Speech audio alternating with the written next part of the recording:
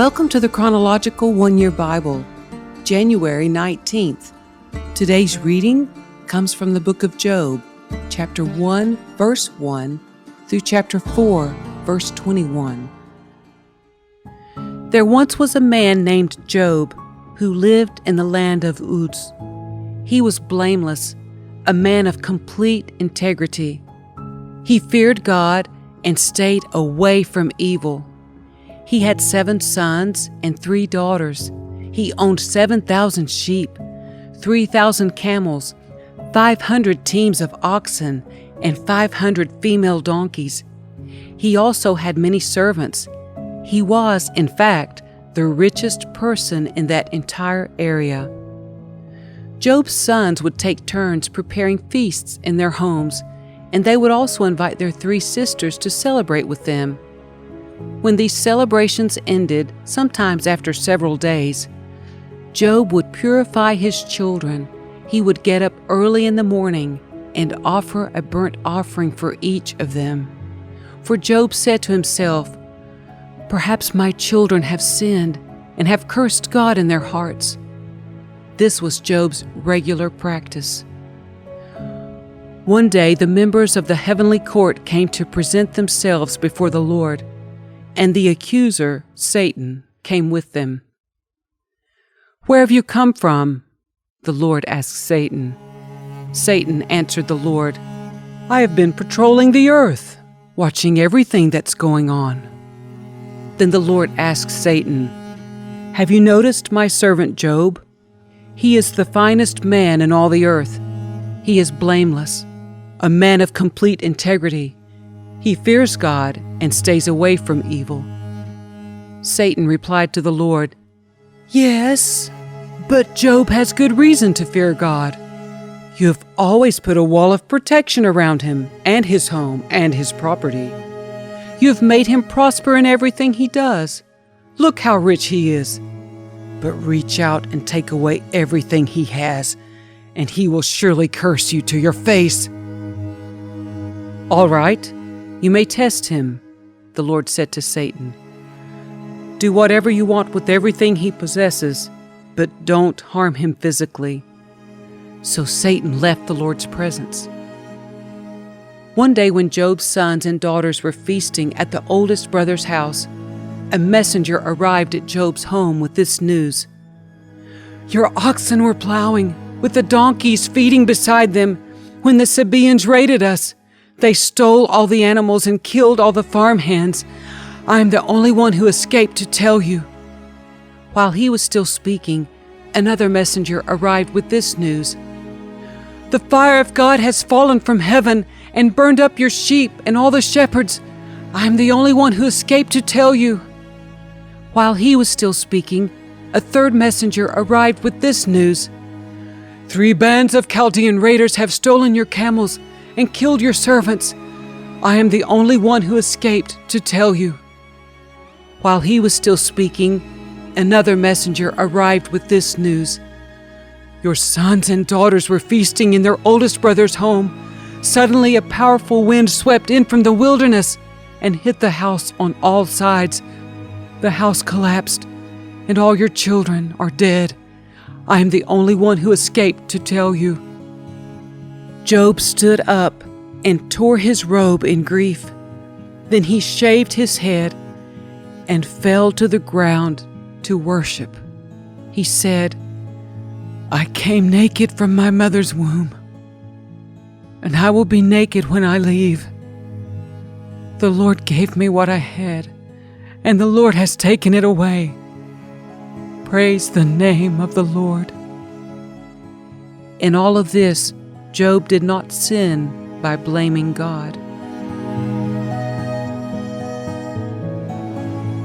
One day the members of the heavenly court came again to present themselves before the Lord, and the accuser Satan came with them. "Where have you come from?" the Lord asked Satan. Satan answered the Lord, "I have been patrolling the earth, watching everything that's going on." Then the Lord asked Satan, "Have you noticed my servant Job? He is the finest man in all the earth. He is blameless, a man of complete integrity. He fears God and stays away from evil. And he has maintained his integrity, even though you urged me to harm him without cause." Satan replied to the Lord, "Skin for skin. A man will give up everything he has to save his life. But reach out and take away his health, and he will surely curse you to your face." "All right, do with him as you please," the Lord said to Satan, "but spare his life." So Satan left the Lord's presence, and he struck Job with terrible boils from head to foot. Job scraped his skin with a piece of broken pottery as he sat among the ashes. His wife said to him, "Are you still trying to maintain your integrity? Curse God and die." But Job replied, "You talk like a foolish woman. Should we accept only good things from the hand of God and never anything bad?" So in all this, Job said nothing wrong. When 3 of Job's friends heard of the tragedy he had suffered, they got together and traveled from their homes to comfort and console him. Their names were Eliphaz the Temanite, Bildad the Shuhite, and Zophar the Naamathite. When they saw Job from a distance, they scarcely recognized him. Wailing loudly, they tore their robes and threw dust into the air over their heads to show their grief. Then they sat on the ground with him for 7 days and nights. No one said a word to Job, for they saw that his suffering was too great for words.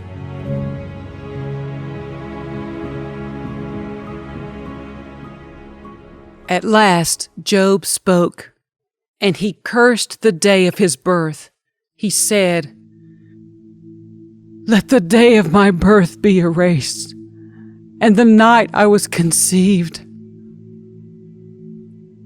Let that day be turned to darkness. Let it be lost even to God on high, and let no light shine on it. Let the darkness and utter gloom claim that day for its own. Let a black cloud overshadow it, and let the darkness terrify it. Let that night be blotted off the calendar, never again to be counted among the days of the year, never again to appear among the months. Let that night be childless. Let it have no joy. Let those who are experts at cursing, whose cursing could rouse Leviathan, curse that day. Let its morning stars remain dark. Let it hope for light, but in vain. May it never see the morning light. Curse that day for failing to shut my mother's womb, for letting me be born to see all this trouble. Why wasn't I born dead? Why didn't I die as I came from the womb? Why was I laid on my mother's lap?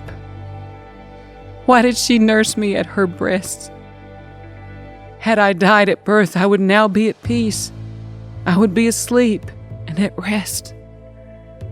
I would rest with the world's kings and prime ministers, whose great buildings now lie in ruins.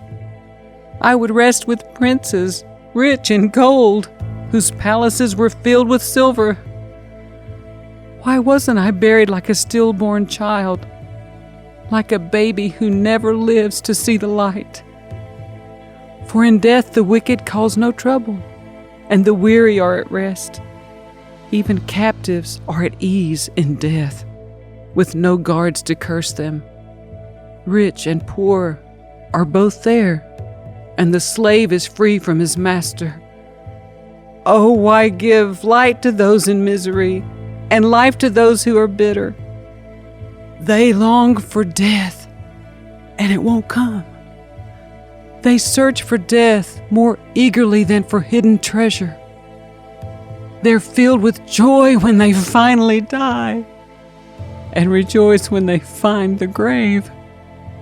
Why is life given to those with no future, those God has surrounded with difficulties? I cannot eat for sighing. My groans pour out like water. What I always feared has happened to me. What I dreaded has come true. I have no peace, no quietness. I have no rest. Only troubles come. Then Eliphaz the Temanite replied to Job, "Will you be patient and let me say a word? For who could keep from speaking out? In the past you have encouraged many people. You have strengthened those who were weak. Your words have supported those who were falling. You encouraged those with shaky knees. But now when trouble strikes, you lose heart. You are terrified when it touches you. Doesn't your reverence for God give you confidence? Doesn't your life of integrity give you hope? Stop and think. Do the innocent die? When have the upright been destroyed? My experience shows that those who plant trouble and cultivate evil will harvest the same. A breath from God destroys them. They vanish in a blast of His anger. The lion roars and the wildcat snarls, but the teeth of strong lions will be broken. The fierce lion will starve for lack of prey, and the cubs of the lioness will be scattered. This truth was given to me in secret, as though whispered in my ear. It came to me in a disturbing vision at night when people are in deep sleep. Fear gripped me, and my bones trembled. A spirit swept past my face, and my hair stood on end. The spirit stopped, but I couldn't see its shape. There was a form before my eyes. In the silence, I heard a voice say, "Can a mortal be innocent before God? Can anyone be pure before the Creator? If God does not trust His own angels and has charged His messengers with foolishness, how much less will He trust people made of clay?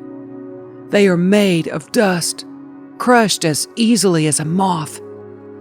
They are alive in the morning, but dead by evening, gone forever without a trace.